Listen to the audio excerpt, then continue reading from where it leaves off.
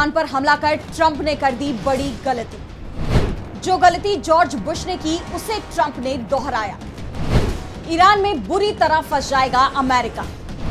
हार मिली तो बेइज्जती, जीत होगी हार के बराबर। ईरान पर हमला कर अमेरिका ने गलती कर दी है। यह गलती 2003 में जॉर्ज बुश की उस गलती से भी बड़ी है जो उन्होंने इराक पर हमले के बाद की थी। इराक जो एक खुशहाल देश था, अमेरिकी हमले के बाद दुनिया भर में आतंकवादियों को पैदा करने वाली फैक्ट्री में बदल गया। अमेरिका तो सिर्फ यहां से क्रूड ऑयल निकालने में लगा हुआ है, लेकिन इराक का हाल क्या है यह किसी से नहीं छिपा।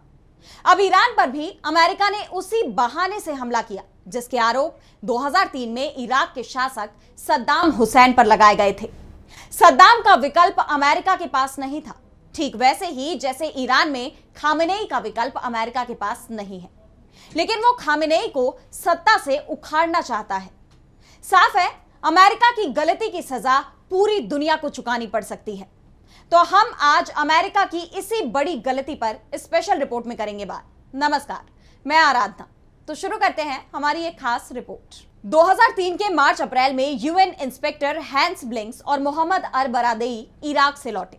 अपने रिपोर्ट में उन्होंने बताया कि इस बात के पुख्ता सबूत नहीं मिल रहे कि इराक परमाणु बम बना रहा है। ईरान के पास ऐसे हथियार भी उपलब्ध होने के सबूत नहीं है जिससे दुनिया संकट में फंस सकती है। लेकिन अमेरिका आमादा था कि किसी भी कीमत पर सद्दाम हुसैन को सत्ता से हटाना है। सद्दाम हुसैन अमेरिका के इशारे पर सरकार चलाने को तैयार नहीं थे, इसलिए वो अमेरिका की आंखों का कांटा बने हुए थे। 90 के दशक में इराकी सैन्य प्रतिष्ठानों को देखकर लौटे डेविड के जैसे एक्सपर्ट्स ने कहा कि सद्दाम हुसैन रासायनिक और जैविक हथियार बना रहे हैं जिसका इस्तेमाल अमेरिका और पश्चिमी देशों के खिलाफ हो सकता है।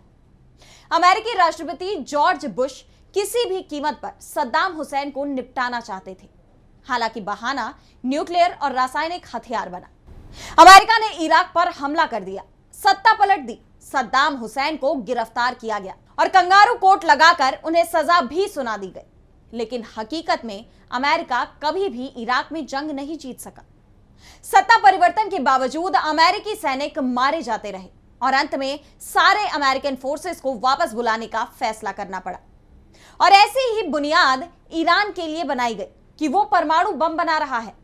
इजरायल के हमले से ठीक पहले अंतरराष्ट्रीय परमाणु ऊर्जा एजेंसी आईएईए ने एक बेहद अस्पष्ट रिपोर्ट में दावा किया कि ईरान का यूरेनियम संवर्धन वीपन ग्रेड तक पहुंच चुका है।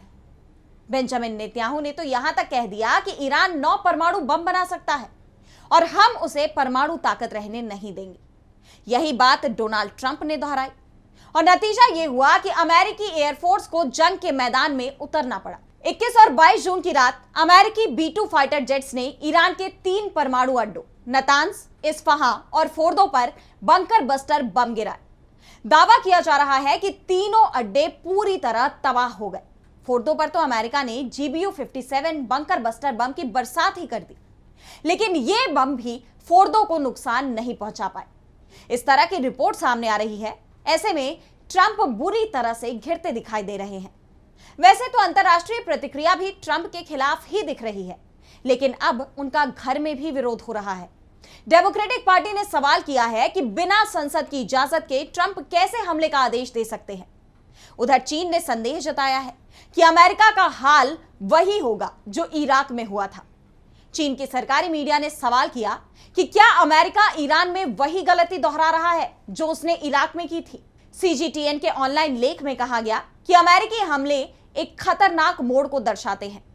इस लेख में 2003 में इराक पर अमेरिकी आक्रमण का हवाला देते हुए कहा गया कि इतिहास ने बार बार दिखाया है कि पश्चिम एशिया में सैन्य हस्तक्षेप अक्सर अनपेक्षित परिणाम लेकर आते हैं, जिसमें लंबे समय तक संघर्ष और क्षेत्रीय अस्थिरता जारी रहना शामिल है।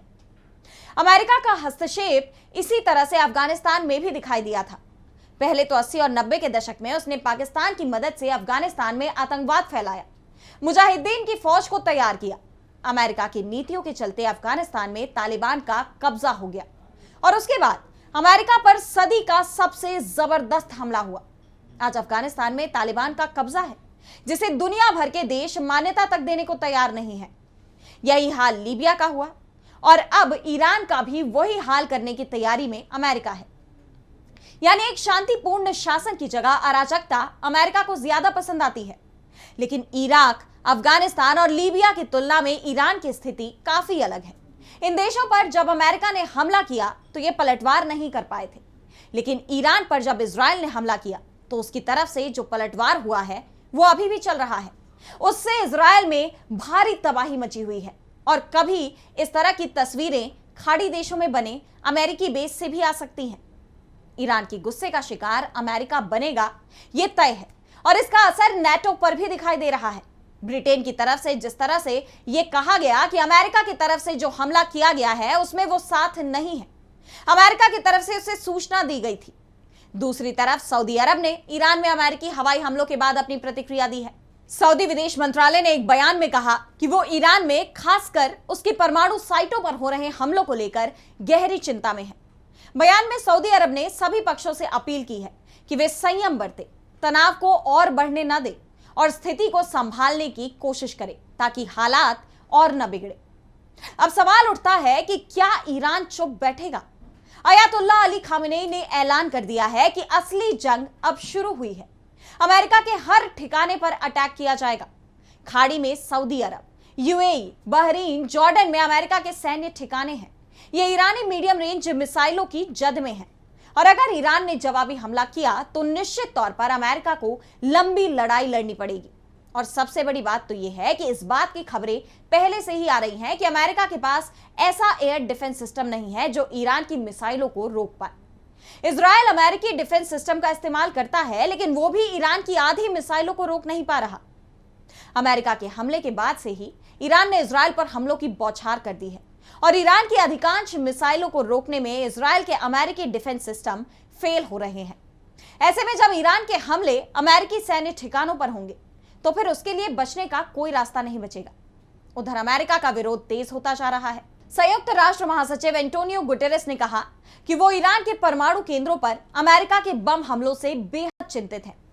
गुटेरेस ने एक बयान में कहा कि इस बात का जोखिम है कि यह संघर्ष तेजी से कंट्रोल से बाहर हो सकता है, जिसके नागरिकों, क्षेत्र और दुनिया के लिए विनाशकारी परिणाम हो सकते हैं। उन्होंने एक्स पर लिखा कि मैं सदस्य देशों से तनाव कम कराने की अपील करता हूं। इसका कोई सैन्य समाधान नहीं है, कूटनीति ही कोई हल निकाल सकती है। अब सभी की नजरें ईरान पर टिकी हुई हैं, जो कहर बनकर इजराइल पर टूट चुका है। इजराइल ईरान के हमले का सामना कर रहा है। जगह जगह विस्फोट की आवाजें सुनी जा रही हैं। नेतन्याहू भले ही ट्रंप के हमले का समर्थन कर रहे हो, लेकिन उन्हें भी इस बात का एहसास है कि अगर ये जंग जल्दी नहीं रुकी तो उनका देश तबाह हो जाएगा। जिस तरह से ईरान ने मिसाइलों की बौछार इजराइल पर की है, उसका मुंह कभी भी अमेरिकी बेस की तरफ मुड़ सकता है और अगर ऐसा हुआ तो फिर यह जंग नया रूप ले सकती है। तो कैसी लगी आपको हमारी ये स्पेशल रिपोर्ट? हमें कमेंट सेक्शन में जरूर बताएं। अगर आपको ये वीडियो पसंद आई तो इसे लाइक करना ना भूलें और चैनल को सब्सक्राइब कर लें। देश दुनिया की तमाम बड़ी खबरों के लिए देखते रहिए डीवी लाइव और फिलहाल के लिए मुझे दीजिए इजाजत। नमस्कार।